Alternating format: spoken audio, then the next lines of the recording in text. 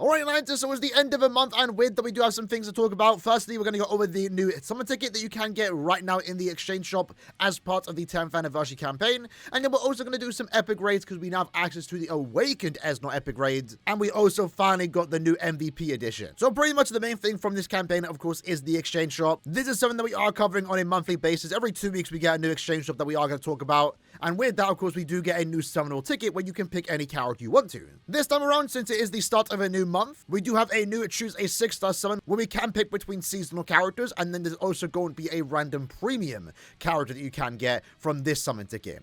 Now, keep in mind, there was actually a bug early this morning where if you did buy the ticket, you did not get it. That has now been fixed, and everyone should be able to receive the ticket if you had already bought it. But what you're going to see here is the new summon pool. Now, it's actually quite noteworthy this time around because it does actually feature a 1000-year Blood War character, a seasonal Blood War character, in this case Swimsuit Bambietta, which is a good sign. It's actually the first time you can pretty much pick a Blood War character for free, guaranteed in a selector. It's only Bambietta, unfortunately, but maybe the others swimsuit characters will be available throughout the next couple of months, and hopefully the Christmas characters can also be included in this because there are 5 really good ones: Nemu, Retsu, Isane, Leoton, Osugrami, and those could potentially be seen again in the next month or two because this exchange shop is getting updated every month, right, until the end of the year. So like always, it's a pretty decent selection, especially with the Bambietta, and then you also can potentially pick some older characters. So with that in mind, in case you are new to the game, maybe you are missing the majority of the characters here, you might be wondering what character should you pick. And like always, let's go with some of the better characters to pick, but keep in mind, right, when it comes to the summer ticket,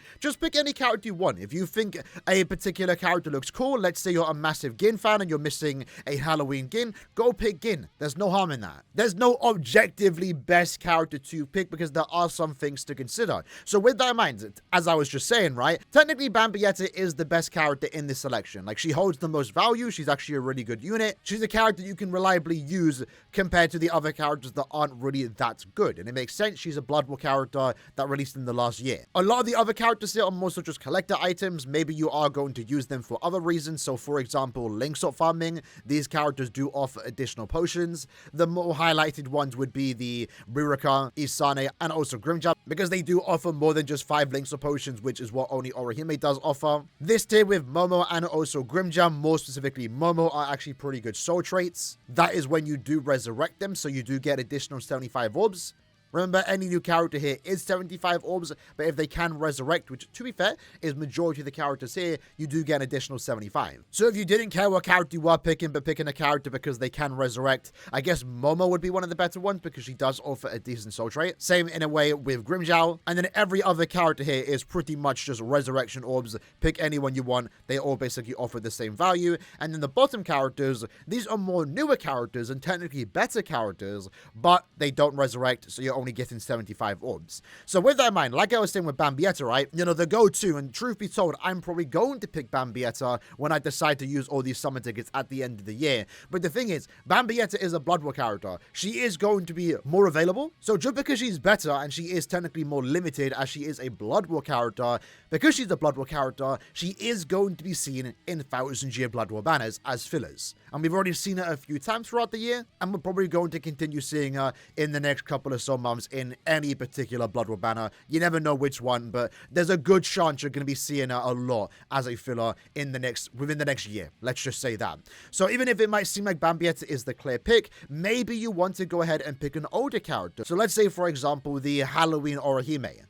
She's quite the fun unit, an old character that you really can't get much use of nowadays, but when do you get the opportunity to summon for Halloween Orihime? Spoiler alert, you don't. You very rarely get a chance to summon for a character like this unless you are a paying player that is buying those character packs, or maybe you have invested into the Brave bonus summon tickets. So like I said, pick whatever character you want. Bambietta definitely is the best of the bunch. She's the more limited because she's Blood War, but at the same time, because she's Blood War, she technically is going to be more available when compared to some of those older seasonals that you don't get many opportunities to summon for. So I would actually say probably the better characters to pick would be any character from the Resurrection Orb tier, and also I guess the Link tier, because they are old units. You don't really get to pull for them that much. especially if you are a free-to-play, especially new free-to-play player. Bambietta would be good to have now, but you'll probably get it over time, where you can't really say the same thing for a lot of these characters here. So that'll be my recommendation, either Bambietta or any of these old resurrectable characters, you know? Because even the other characters too, you know, these units here, these are all pretty decent characters too, but they are also available in the free summons, and you'll eventually just get them over time anyway.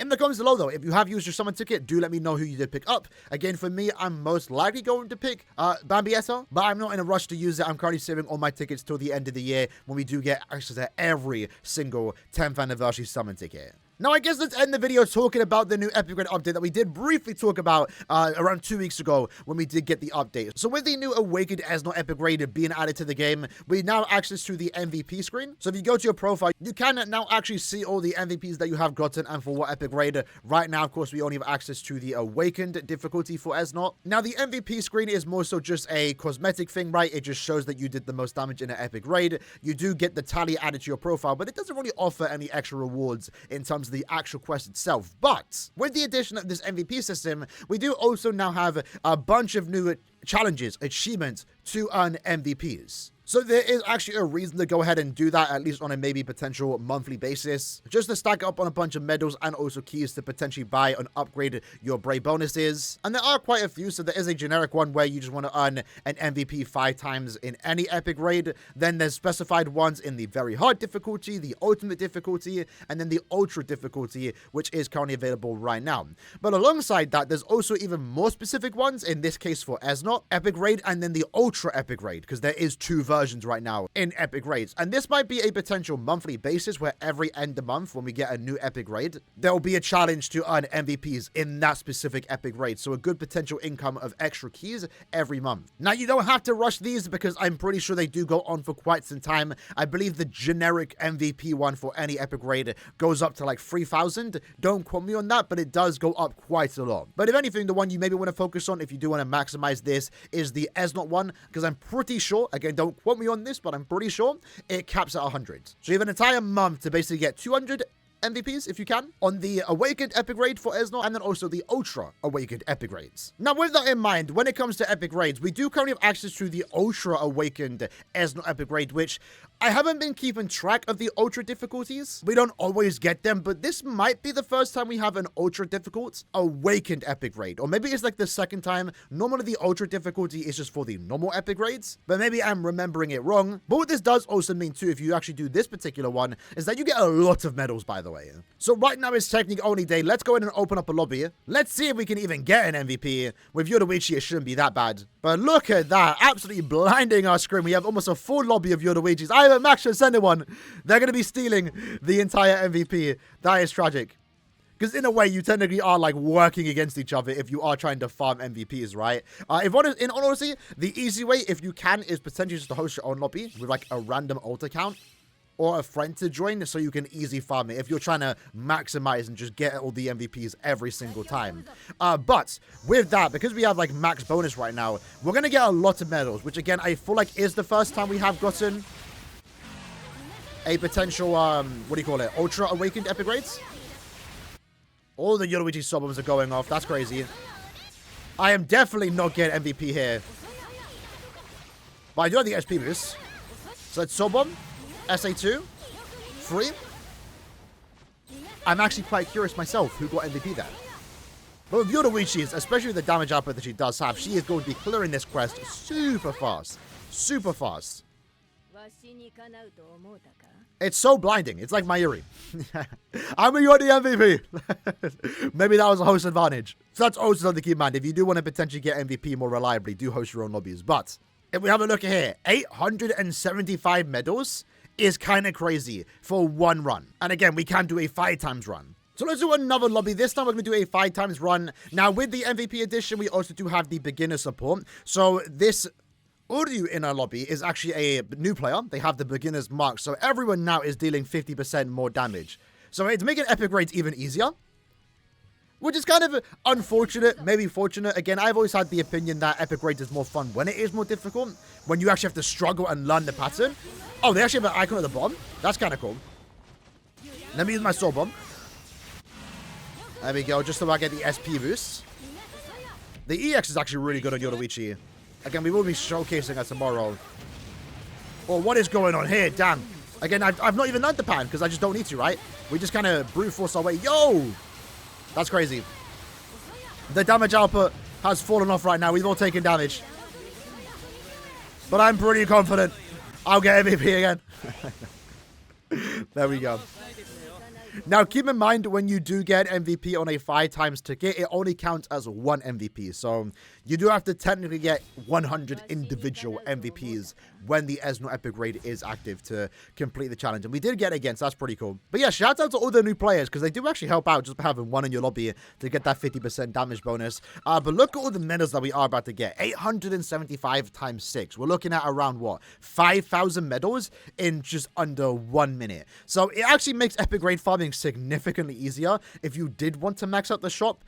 Pretty much in just under 20 soul tickets, I'm already done the entire month when it comes to Epic Raid farming, because I already bought the most important items, that being the summon ticket, the essence scroll, and also of course the 200 spirituals, and I pretty much don't need to buy anything else. But you know what, we'll claim these. Now there's a few items I can buy here. I guess I can buy the 5-star accessory ticket. Not like I'm going to use it. Not like I need to. And then also we'll get the main item so we can awaken our Esnot and give him the little crown as he follows us throughout the month. But yeah, I guess it's good for those that want to buy out the entire shop. Like, there is quite a lot of transcendent items to get here. I personally don't need to do it, but maybe I'll do it for the golden scrolls. But, you know, you can see here in, like, just the limited runs I have done, I could already buy most of them. I believe they have been increased. 80 times 15 is quite a lot. So I'll probably end up buying the golden scrolls, and maybe that's pretty much about it. Because, yeah, I have plenty of silver scrolls. But with that said, I guess to wrap up the video, let's go ahead and do some summons that we do have potentially access to right now. Again, this video is kind of all over the place, just going over the stuff that we did get today. So, first up, let's go ahead and use our 50 Brave Soul summon tickets. Right now, I am using them. Normally, I do start saving summon tickets at the end of the year, and then save that for the next anniversary. But we aren't getting any premium characters anytime soon, so no need to save them, right? We're getting a bunch of limited banners, so more chances for me to try and get the really good premiums like Ichigo, Okiura, Aizen, Rukia, etc. Unfortunately for us, though, we got Wonder Wise. A good character, honestly, not bad. Only Wonder Wise, though, is kind of unfortunate. Let's do some 10 tickets, though, so we can potentially get anything here. For those that don't know, by the way, when it comes to the 10 times ticket summons, when you get a golden light, it can't be a 5-star. It doesn't fake out. If you are to get a 5-star, it will be either a 5-star animation, or it will look like a 3-star that fakes out into a 5. So keep that in mind. So let's see what we are getting here. Are we going to get a 5-star? That's a 3-star, so it's either going to be a 3-star or a fake out. It's a fake out. There we go. So we're ending on a 5-star. We do have the Epic Raid summon ticket to use too. We're getting Iba. Not what we want to see. Not what we want to see. But let's end the video on the 5-star summon ticket from the Epic Raid. This should also, because the way Epic Raid tickets do work, it includes every character, premium character, up till that Epic Raid's release. So every premium unit should be in here, including the 10th anniversary characters. Can we get one? Let's find out. We got Kid Gin. Not too good for me, but hey, I might take those Transcendence points. So yeah, like I said, a new month, and with that, access to a new exchange shop. Make sure you are doing the challenges every 10 or so days whenever we do get a new round. Keep in mind, you don't have to do every single challenge to max out the entire shop. I mean, I didn't do that last month because I was away for majority of the time. And, you know, you don't have to buy every single item. Like, these I just didn't need to buy. But, you know, the important ones are definitely worth buying. The summon tickets. You might as well get the unique accessories because we don't know when they're ever going to return. Get the quintessence scrolls, the essence scrolls, and I guess you don't need to buy any of these unless you are missing them. Maybe you're missing a Soma Fixer, so I guess that's worth picking up too. But anyway, hope you guys enjoyed the video. See you guys next time. Take care and peace.